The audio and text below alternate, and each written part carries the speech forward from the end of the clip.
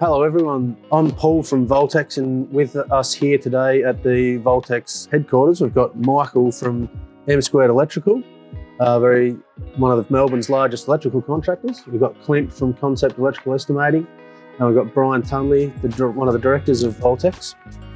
Clint, you want to give us a brief introduction about who you are and what you do? Yeah, so I'm the Managing Director of Concept Electrical Estimating. So we service the Tier 2, Tier 3, Tier 4 freelance electrical estimating space to contractors that either don't want to price their own works, don't know how to price their own works, don't want to price their own works, would rather play golf, or utilise our experience for, I suppose, a more professional submission. Yep. My background is I'm a qualified electrician, worked for a large Tier 1 electrical contracting business in Melbourne for nearly 15 years. During my time there, I was lucky enough to get a promotion into estimating, learned my craft in estimating there for 5 or 6 years, moved on to another contractor where I kept honing the craft. And then, in 2017, just a chance meeting with a small electrical contractor gave me the idea that maybe my skills could be utilised for contractors that couldn't facilitate a full-time estimator. And since then we've grown to a substantial business that was obviously required in the industry. Yep. And Michael has been one of my longest clients and one of my clients and one of the ones that's seen the biggest growth. So fantastic. And Michael, that was a segue into a brief introduction from you. So my name is Michael Davis. I'm Managing Director of M2 Electrical. We're a construction electrical contracting business which focuses on the construction and infrastructure sector in Melbourne. We established ourselves in 2014 as an electrical contractor within Melbourne. I've known Clint for a long time. I met Clint actually on LinkedIn. I was trying to obviously grow our estimating capabilities and reached out to Clint, and obviously since having Clint within our business, it's definitely changed. So he's got a fundamental understanding of process and doing these major electrical contracts. So it's really enabled us to grow successfully within the industry. So I chatted to him and we caught up, and obviously the rest is history. So when we caught up, you put me in there. You didn't tell me that I was going to sit in front of the table of 6 people. I turned up and there's 6 blokes pinged me with questions. I thought I was just having a coffee. Didn't know I was sitting down for a 2-hour. So Clint came back to our office probably in early 2019, 2018. Yep. We were obviously looking for someone who had extensive experience within the industry. I was trying to get Clint for a long time, obviously personally within the business, but he'd already gone and started Concept, basically. So pretty much I just had a pretty open chat with him and said, look, we're really interested in engaging with services because we know what sort of work you do and how good you are at your job. So obviously took up the offer, and since having Clint involved in our estimating department, it's changed our whole business, incredibly. So he's a testament to a lot of our success. So that's for sure. That's good. And so, to Clint then, most of our customers are smaller contractors. So what's the first step? Like, I guess on the lips of a lot of the smaller contractors these days is there's a shift, isn't there, from residential into the bigger projects? Yeah. And for someone that is trying to break into that slightly larger project market, and estimating seems a little bit scary. What's the first step? The first thing before I'd even look at stepping into the next space is first, do you have the ability to be able to do the jump? Yeah. Because with a larger value there's a lot more risk. So there's a few things. If you're predominantly a domestic Sparky and your team are domestic Sparkies, you may have never touched cable tray or large submains. So if you go pick up a project of say 10 factories, got a lot of cable tray, a lot of submains. When you quote that, you're quoting based on market rates. You don't quote based on the capability of your staff, and can your staff install cable tray as quickly as what our rates are. So first, can your team do it? Secondly, can you cash flow it? You might be used to spending $10,000 a month with yourself. With Voltex, $10,000 with a wholesaler. Next minute, you've got to buy a $50,000 switchboard that you have to buy, pay for, put in a claim for. You may not get paid that for, how often do you get paid 30 or 40 days after you put an invoice in? It's generally a 30 or 60 day cycle, generally depending on the terms of engagement in the contract. But that's, so like Clint's saying, you go and buy that switchboard on a 30 day and a month account. If you're tied up to a 60 day or a 45 day account, you're obviously going to really impact your working capital. So what Clint's obviously sort of saying in that area is obviously growth it hurts. It takes an immense amount of cash. It ties up a lot of your working capital. So these are the things you need to really understand when taking these bigger big jobs. That they do take an immense amount of capital to run them, and obviously a great amount of people and talent to obviously deliver them. Even increasing your staff. Yeah, definitely. To put on. So as you grow, the competency more companies grow broke than actually something goes wrong and they go broke, right? Yeah. Growing too big too quick. Yep. That's unless you've got a huge amount of, you've got an outside investor that's going to invest in you and probably run at a negative for 2, 3, 4, 5 years with a then you are going to grow broke. Absolutely. Michael can probably speak about that a little bit later. You've grown to a large scale. You've got probably 150 employees on now, but and 6 or 7 years is quite a considerable amount of time. But we do see companies that are going from 10 to 50 within 12 months. And back to your question, because we're going a little bit off topic here, but your question of what to look out for is, so first you've got to make sure that you can facilitate the job. There's no point in pricing a job that you can't complete and then you're going to lose money on. Yeah. So you need good financial management. I think cash flow is absolutely the number one. Is the number one thing. You never pick up a job for what it's worth. So chances are you're going to be fighting the market for a sharp number. So you want to make sure that if you're, say, trying to get in with a builder, that you're not necessarily turning over a huge profit, you're at least covering costs and covering your growth costs, and then you can use that to catapult onto the next ones. So basically, to deliver these projects, you need to have your systems and procedures in place, because obviously to deliver these major projects, it's our industry is very system orientated. From procurement to design to delivery to safety. So obviously, as you grow, your procedures and systems need to grow with you. And obviously having key personnel, that's how M Squared's identified, being able to grow successfully, because we've tried to employ, arguably probably the best people in Victoria, to deliver these projects for us. And that we sort of have a really good proven track record of delivering and bringing projects in time and on budget. That's the key. So who's responsible for creating those systems? Us at Concept, we got a business coach that didn't do the work for us, but steered us in the correct way. And I am seeing a shift to the smaller contractors in that, let's say tier 2, tier 3, tier space, from man or woman in a van through to 5 or 10 or 15 staff. We would have systems that they are getting help.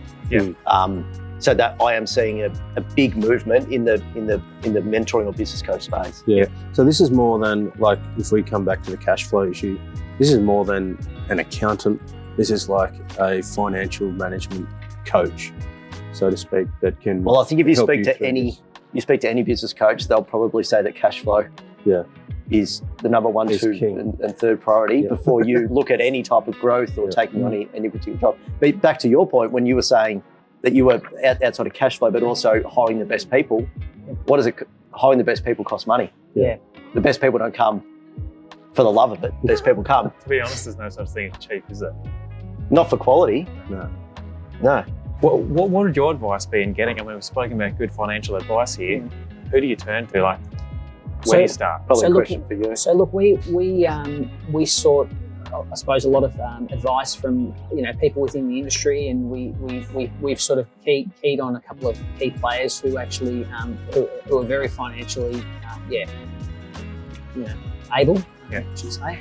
So yeah, we M Squared as a group, we developed we call it the M Squared Bible. So that's how we run our whole business. So it basically has our forecast in there. It's got our cash flow in there. It's got our labour requirements, and so we every decision that is made within the business is basically we leverage off our Bible. So within there, we've got all of our upcoming works. We've got we cut the job up over a 12 or 18 month period. So we see how much we're going to be claiming from a revenue perspective every month, and how much labour is required to deliver that revenue, how much cash is required, how much working capital you're going to absorb by delivering these projects. So I think if you are going to scale, you need to have some sort of financial instrument to obviously assist you in being able to grow and like we talked about, going broke or doing it well. So it gives you understanding of what work you've got coming up, understanding the peaks and troughs of your labour. And as a group, we sit down on a weekly basis and we review our labour requirements. We review any new works that have been that we add to our cash flow, and we sit down on a monthly basis with an external financial controller, and we sort of we look at how much working capital are we going to use this month to deliver these on our outcome. That's when awesome you- advice. Yeah, it is very awesome advice. When you put that together, is that something you put together yourself? Like, are you a financial management kind of guy, Well, or is this something you put together with? When I started M Squared Electrical, definitely I wasn't financially savvy in terms of projects. But obviously, as you grow and as you become larger within the space, you need to have an understanding of how a financial instrument works. So we have been developing our instrument. We develop it monthly. We're always adding to it. We're always refining it. We're always doing different things in there so it helps our functionality. It helps what we need to do on site. So yeah, it's a weekly, monthly, daily process that we work upon. There is a lot of job systems and job management systems out there that do similar what they do, but none of them you buy and they're set up. You only get out what you put in.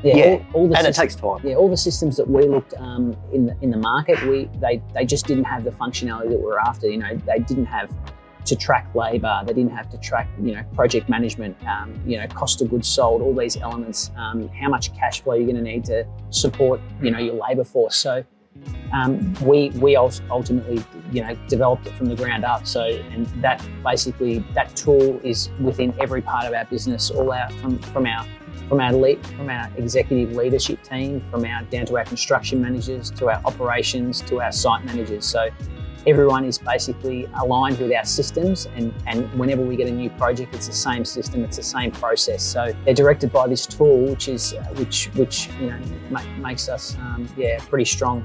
That's awesome. So you mentioned earlier that you've got an external financial advisor or financial controller. Yep. So if anyone doesn't have the expertise in that team, they need to reach out to someone. They need to find someone Definitely. that can take responsibility.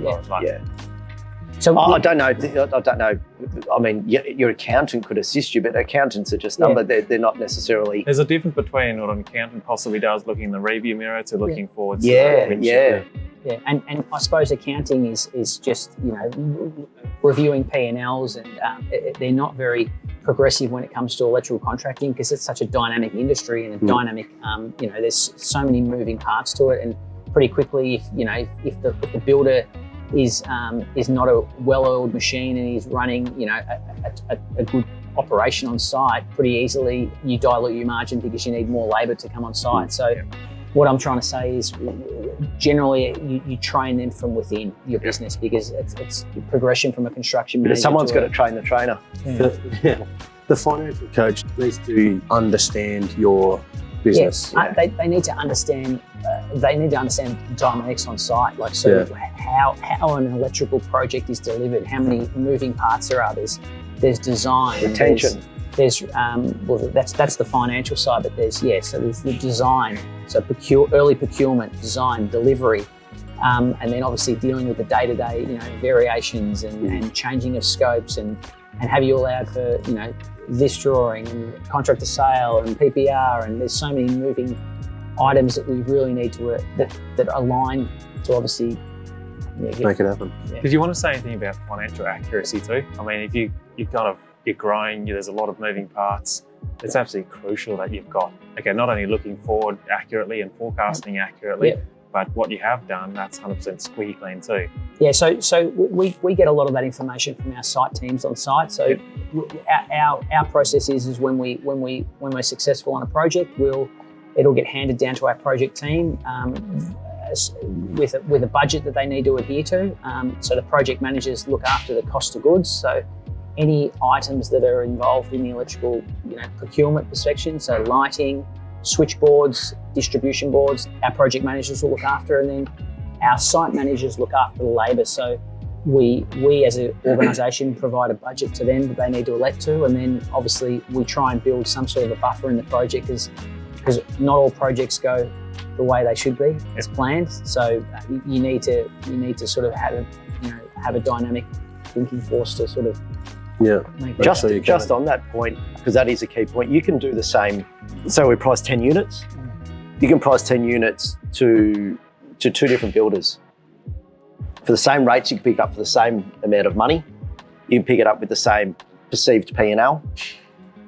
That job, you could run it with the same team, the same crew, everything alike. So much of whether you can turn a profit on a job is dictated by the builder or by the client or whoever you're working for. The customer is. If they're quick, if they're efficient, if they've got a system and a process, you've spoke a lot about process. Yeah. We're very process driven. Everyone should be process driven. If the builder's got a process and a flowing process, so we get in first and the plumbers and then everyone, and they get cheated and you're not coming back and replacing joy, those sorts of things, you'll make money on that. Yeah. But if you work for a disorganised client, builder, whoever that may be, so when you sign up a job, often it's out of your hands as to, so when you see a job going bad, that's when you need to recognise it, step in and go, well, hang on. Of course. We're losing money, which is by tracking, we're losing money on this particular job. What? Why? We had enough money on this job. And then act. Yeah. So how do you do that? Do you got to bring it up with the builder? Do you got to pull back labour? Yeah. So because labour, especially in that residential space, is makes or breaks the job. And obviously getting a client who actually understands, a builder who understands sequence, as easy as it sounds, sequence will break a job if it's not done, accordingly to program, so, especially residential, if you're needing to go back to an apartment, 3 to 4 to 10 times, that's obviously expending, it's a labour expenditure. So well, we don't quote for that. And ultimately, when it comes down to quoting, you're winning a project on such tight margins. So an estimator can't ever, obviously, he's never going to tell you to price it to go back 10 times. Well, I can. You just won't win any work. Yeah. So trying to get a builder who actually understands a process, like what Clint was saying, process is key, because they are just rinse and repeat, doing the same apartment 200, 300 times over. If they've got a good systems in place that can support delivery, that's obviously going to get you a return of investment. And that's the whole reason we're contracting, is we're trying to get a return of investment. Which kind of brought me, sorry to interrupt, but that kind of brings me into that point that you said before about what do you look for? Well, we've gone through cash flow, we've gone through everything. Then it's who do you choose to work for? I was going to say, but how do you know? Opportunities coming your way. You've got inquiries, you've got guys ringing up. You've had a few today already. Yeah. How do you sniff out what's good and bad to it? Look, for me, I put everything down to relationships. I generally try and work with people that I know. My business wouldn't be what it is today without the relationships that we've forged, for since we've started. So for a guy starting out on this journey, and he gets a phone call, like, what's the questions to ask? What are you going to look for? I can probably run with that more than you. Well, I would say that what you have to do is you need to get out in the market. So you need to establish your brand. That's the biggest. That's the key thing. So you're obviously not going to win a job, being the most expensive. By virtue, you need to probably win the job at the start by being cheap. So, but ultimately, what you can leverage off if you create a really good relationship along the way, you can then sort of start to dictate your price, because they know what you can deliver. They need you. They've got confidence that you'll deliver. They've got confidence in you. So that's the most important thing is with your relationship is really managing that relationship and looking after it, because ultimately as an electrical contractor without work coming in, and that's obviously through people, you haven't got a business. Yeah. Price gets you to the talking table, but relationship gets you the job. True. And if you've got that relationship, let's not fluff around it. We know how it works. Is everyone's got their preferred. So if you do get a call out of nowhere saying, Smith Constructions, we'd love to get a price. First thing you say, look, we'd love to work for you. How did you get our number? And if you've been recommended from someone, that's great. Or maybe you've worked for this particular builder or someone from that builder before, and they've moved somewhere and taken them across with you. That's always beneficial. It's repetitive clientele. But if they turn around and say, oh, look, we got you off Google, well, chances are you're number 20 that they've rang that day, and it's going to come down to price. Yeah, and is that also a concern in that why are they looking for someone else? Yeah, have they not paid their last Sparky? Yeah. Or sometimes they're just looking to they've been working well on Sparky, they're growing, and their particular Sparky can't facilitate the amount of work they've got, or their Sparky is too busy, or their Sparky's retired. There's all these different, but that's up to you to try to figure out how that is. So when you get a phone call, you're the first point of call at any business. So that impression is crucial. It's absolutely. You're a sales manager.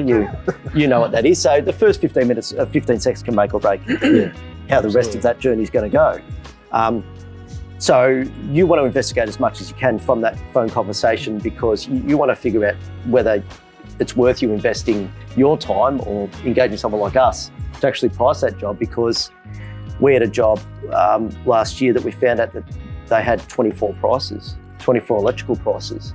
But going on that, when you price a project, like obviously you've got the price, but obviously the next phase of pricing is obviously chasing it. So Clint could give you, he can give 10 clients 100 prices, but ultimately if you just submit your price and do nothing about it, are you going to get the job? Not really. So you're not going to get a purchase order sent to you in an email, and if you do, what's that weighing that you're too cheap? So phase 2 of the price is obviously chasing the work and trying to calling them and sort of and advising them, the services that you offer and projects that you've done. Cost savings. Do you want us to start looking at cost savings? Value management. Cost savings. All these items that they're going to go, this is amazing. This price is going to come down. So you're going to engage with them. Whereas if you just, like saying, Clint sends an email from an estimating email and you don't do anything about it, you're not going to get any work. When you're following up your customers, or you're following up an inquiry, if you start actually talking about what you can do for them to save cost or to cost management. Of course, you really need to firstly understand the scope you're signing up to, and then by understanding the scope, then you can find the efficiencies in the scope. Where is that value management? Is that value engineering? What can you apply? What smarts can you apply to the job? Rationalisation, can you remove something? So you're saying, when you get that phone call, you're saying that follow-up phone call, you're going to try to impress them by knowing the job and showing interest. Of course. You know the job, you know what's included in there. Yeah. Obviously, like you're saying earlier, and if it's too cheap, yes, you're not going to win, but neither is your customer at the end of the day either. If you get broken, then you start up. But ultimately, you might win it if you're too cheap, because they might need your number. So I think you need to really understand your price and not just put a silly number out in the market, because there might be some clients might take you up on your offer, and then if you haven't got enough in the tank, then you've got to know your cost to complete. You've got to know your cost of job. Yeah. So this is a little bit about what is your vision for business, as far as in terms of what are you wanting to get? What projects are you wanting to win? And knowing the scope of those projects in a general way, so you know what you're You know, chasing. what can you be good at? I think it's really important to set up some core vision, a core statement of what your company, what you want to achieve, what goals you're after, in the next 2, 3, 5, 10 years. I think that's really important, and then aligning all of your people in your organisation to have the same mindset as you, to live and breathe your values, because end of the day, these people represent your brand, and ultimately, if you look after the people that are in your business, they're going to look after your business. But that also flows on if you're the estimator. So let's say I'm representing, working for one business, and I give a high level of service throughout the tender stage, getting back to emails straight away, responding, being pleasant to deal with. That's got to flow over to your team, To your management team. to your management team. Or let's say it's five townhouses, and you're the owner, and you've got one of your trades people doing the job. You want to make sure that they take that same with them, because the easiest way to win work is repetitive clientele. You want that builder or that client to turn around and go, that was just a breeze to deal with that company. I want to take them onto the next job. That is the easiest way to win work. But if you give them a high level of service from the start, and then your team let you down, pricing that next one as an estimator is near on impossible, because you were already fighting against a lost cause. So, you sometimes you are. What we try and focus on is picking 3 or 4 clients, but servicing them so well. Doing everything out to give them the best outcome on the job. From a delivery to communication. So there's no point going out and getting 10 or 15 or 100 clients, because ultimately you're going to spread yourself too thin, and you're not going to be able to deliver. You're not going to be able to deliver on what you set out to achieve at the start. So, or even quote, you're better off pricing 5 projects to 4 nominated contractors, as opposed to 1 quote to 20. Because if you're servicing them, you can come back to them and say, hey, look, we've been supporting you in quoting. We've priced 5 jobs for you now. Do you think there's a job coming? How you narrow that down and hope that you've struck by narrowing down to those 4 that's an unknown. But that's spearfishing. So throwing the net wide is not going to work. Just throwing it out to 20, you got to try and narrow it down to 4 or 5. Give them a high level of service, show what you can do, and just hope that it pays off. And it will pay off, because if you're servicing someone so well, they're gonna remember how well you delivered. And ultimately, a builder is only as good as their subcontractor base. Well, that's all builders are. They're just managers. Builders are managers of multiple disciplines, on site. So if you are giving them a service that is unbelievable, you're looking after them, you're speaking to them every day, you're keeping them updated, of course they're going to want to use you. And they're going to go, mate, this is an investment in our business. We might not have to put on 5 or 6 project coordinators, because this guy's doing all our work. So really just understand the job and just do it and make well. sure your team. When service is of such a standard, price almost becomes irrelevant. I mean, to an extent, right? Within reason, Within I'd say, reason. But you're not. It's not the only thing that you're winning it on. Then. You would hope not. If someone's, if you're a couple $100,000 between, a $10 million electrical package, and there's $100,000 between you and your competitor, and you gave the project team such an unbelievable service, of course they're going to go with you. It's a no-brainer. So, like I said, if you spread yourself too thin, you're not going to be able to service those organisations as they require. So that's the spearfishing versus net, or just pole fishing or whatever. You understand, one, what you want to get, the type of business you want to work for, and you go and service that client. And just hope you back the right horse. And you'll find out, I guess, in due course. Okay, so a contractor has decided he's got his financial management sorted. He's decided he's got his systems in place. He knows the customer he's looking for. He's ready, and he's decided to hit that job. Then what? What comes after that? So whether you're using something like Nimble, or whether you're using a service like us, or whether you're using Excel spreadsheets, whatever it is, it's all about process. So if you've got a tried tried and tested process, no matter the type of job and no matter what software to use, no matter what you're doing it, then you will be efficient and chance that hopefully you don't make mistakes. Yeah. So we do it in a number of steps. So our preparation stage is checking. Let's say someone sent us something on a link, checking that the link's got drawings in it, it's not a blank link. Because what you want to do is make sure that the problem when you quote, often when you're quoting for yourself, is you start and stop. So you might quote and do an hour tonight, an hour tomorrow night, and the next week you're doing 4 hours the night before it's due and you're rushing it. So you want to be as prepared as you can. So you've got to make sure that you've got all of your documentation. You've got the most recent revisions. So what we'll do then is, sorry? I was going to say you get the contract to sale. Yeah, so look at, check that you've got all the documents that are referenced.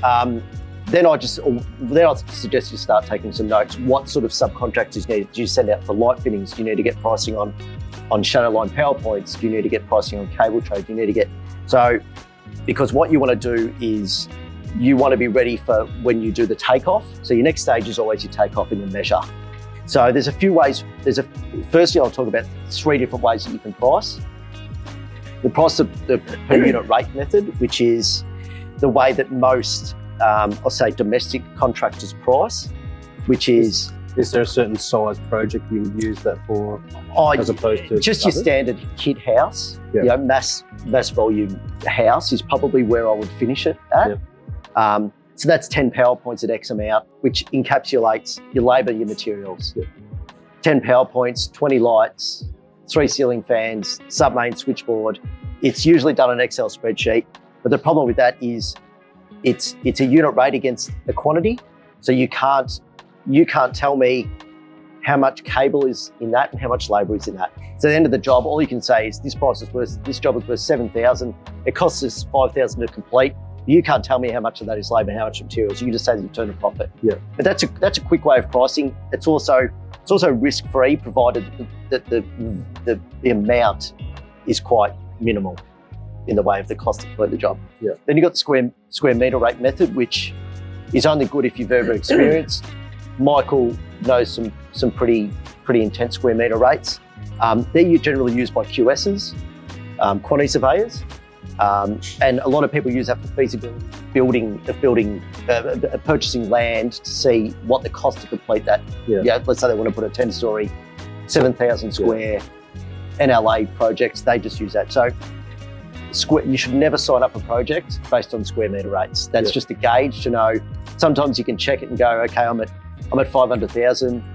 I completed the last project at X amount per square metre as a comparison. As a double check. It's something double else check, smell, right? Sort of thing. Yeah. Look, we often cross-check mine and Clint's work often. So Clint will go and do a traditional takeoff, a traditional price, and with what I would do is I reverse engineer it based on square metre rates. And generally, Clint, we get to very similar where rates. you're lucky is because you've got experience from M squared and previous. You've got historical data. Historical data, yeah. So a lot of contractors won't have historical data, so they can turn around and say, well, the last 4-storey office building I did for this amount compared to this, because often it's, like you said, it's they're taking the next step, so they have nothing to revert to. And storing that data, talking about data, Clint, that's integral. So if you finish a project, no matter what sort of project it is, understand your cost base, understand what it cost you, understand how long things took, because that information can be applied to the next job. And it's really, really important. You've got that valuable information. Make sure that you're not just basically putting it on your accounting software, you're actually project tracking each job individually. So you can ultimately identify labour, materials, and your expenditure, because having that skill set, then you can cross-check an estimator's price and say, whereabouts is it? Because a client might call you and on the fly, you're going to have to make a deal. Mick, can you drop 10 grand? Mick, can you drop 5 grand off your price? If you don't understand the cost base, how can you make that decision? How can you make that call? So I think it's really key to actually, to store that data. Yeah, that's good. So then there's the other way of pricing, which is the way that I learnt to price, which is the bill of quantity and measure. So the bill of quantity measure is basically taking off every bit of electrical material on the project, and next to that is allocated a time. Yep. So everything that's going to get installed, purchased and installed, has got a time next to it. There's all different software out there that you can buy that's got it, but I've built that up personally over years. But again, if I ask Michael how long to install 10 meters of LED strip compared to asking another contractor and I guarantee I'll get 4 different answers of how long that will take. So there is a lot of variables. So that's the second step, is when you get a price, you've taken off, you've checked the drawings, you've checked the drawing notes, you've taken key of what subbies you might need to send out, TV, main switchboards, anything that you can't do in-house. And then you do the take-off. You measure all the sub-mains, you take off all the cable tray, take off all the power points. A lot of that PowerPoints and those sort of things you'll already have on the Voltex website, for example, so you know how much that costs. But let's say you need a price, a set of 185 mil XLPE mains, and you've got 50 meters of it. Well, copper changes every second day. So do you need to send that out to your wholesaler for pricing? So you need to send all that out now, so that when you come back for the third stage, which is the actual pricing stage, you've got all that information back, so you can start putting it together. Yeah. And that's where process comes into it. If you follow this process, by the time you're coming back to price it, you've given your subbies and suppliers enough time to get the information back to you, so that you can actually sit down there and actually be efficient in pricing. So probably the reason why people use Concept as much as what they do, it's not necessarily about, we are efficient and we do have a lot of experience. It's more, we can apply a full efficient day to pricing your job. Yeah. So where it's actually a time-saving thing for contractors is, if you use us for 4 hours compared to 4 hours of your time on site, earning money, what takes us 4 hours might take you 12 hours. Yeah. So all of a sudden you're neutralising it. You'll do what you do better. We'll do what we do better. And often it comes with a little bit of less mistakes, less anxiety that when you put in a price and I've rushed it. Yeah. And then the fourth step is what Michael said before, which is the chase. Yeah. So you've priced it, you submitted it. The first 3 stages are done, set, you've put it in, and step 4 is a chase. If you just stop at step 3, and you will not get, unless it's someone that you're really aligned with, who is someone that uses you all the time. Yeah.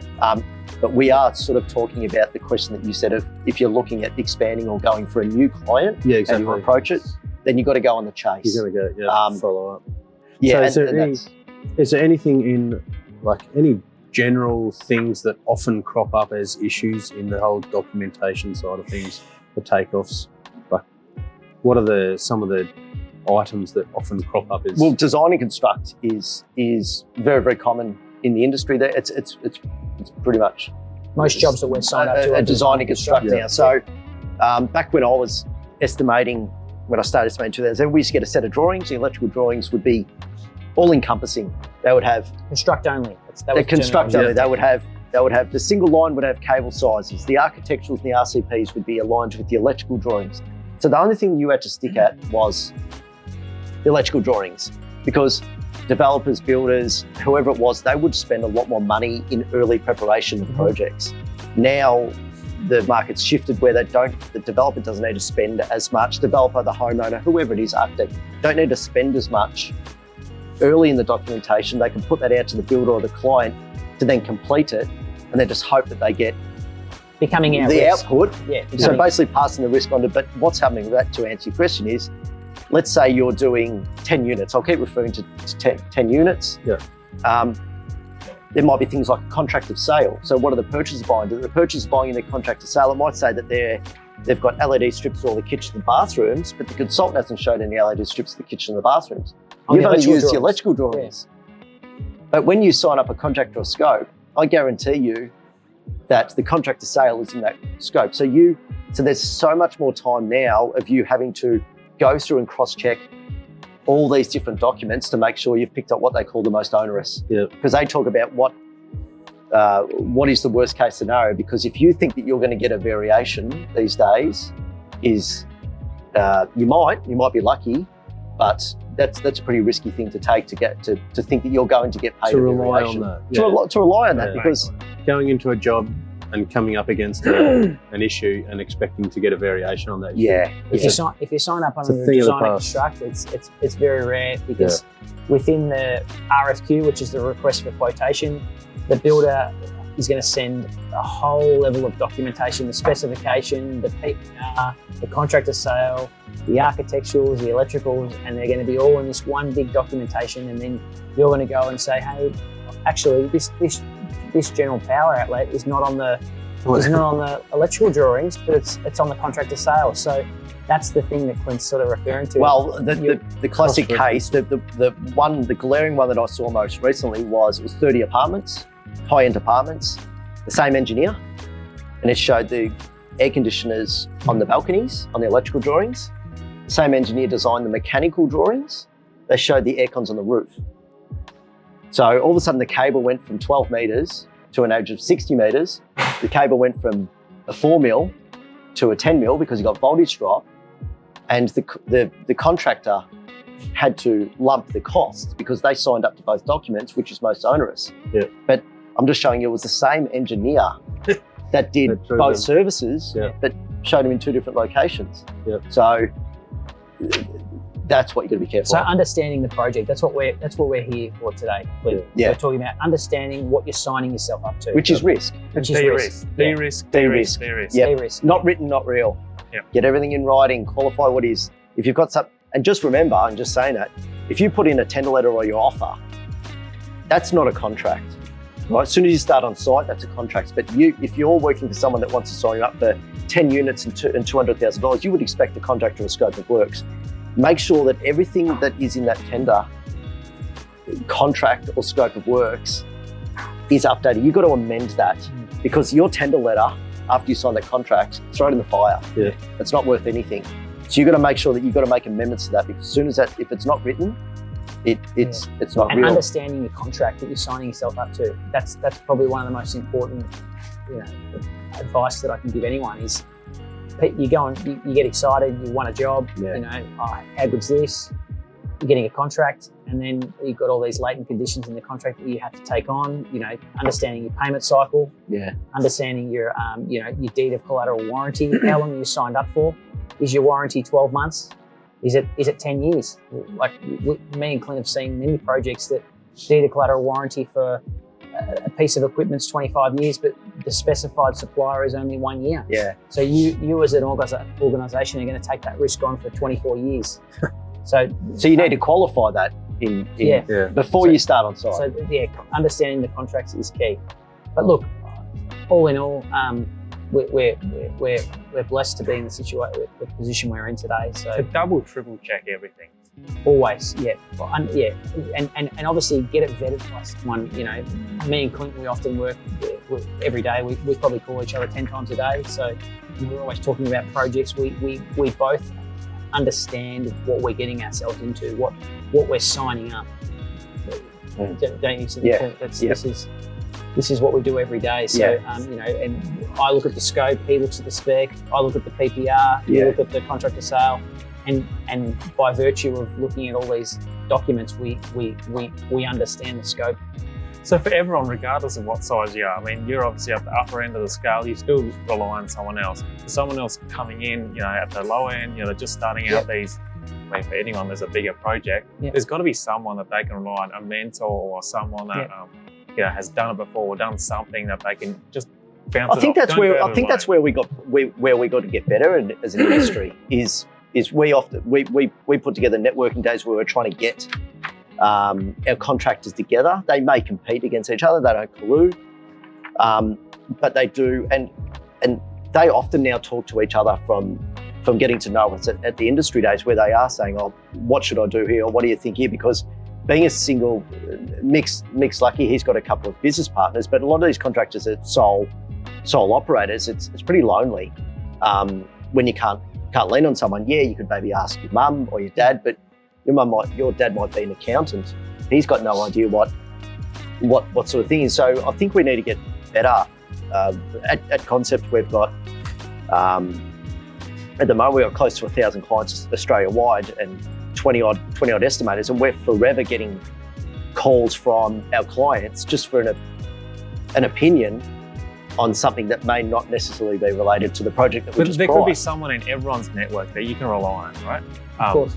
Whether it's another contractor, whether it's someone like Could be one of your trusted staff. Yeah, exactly.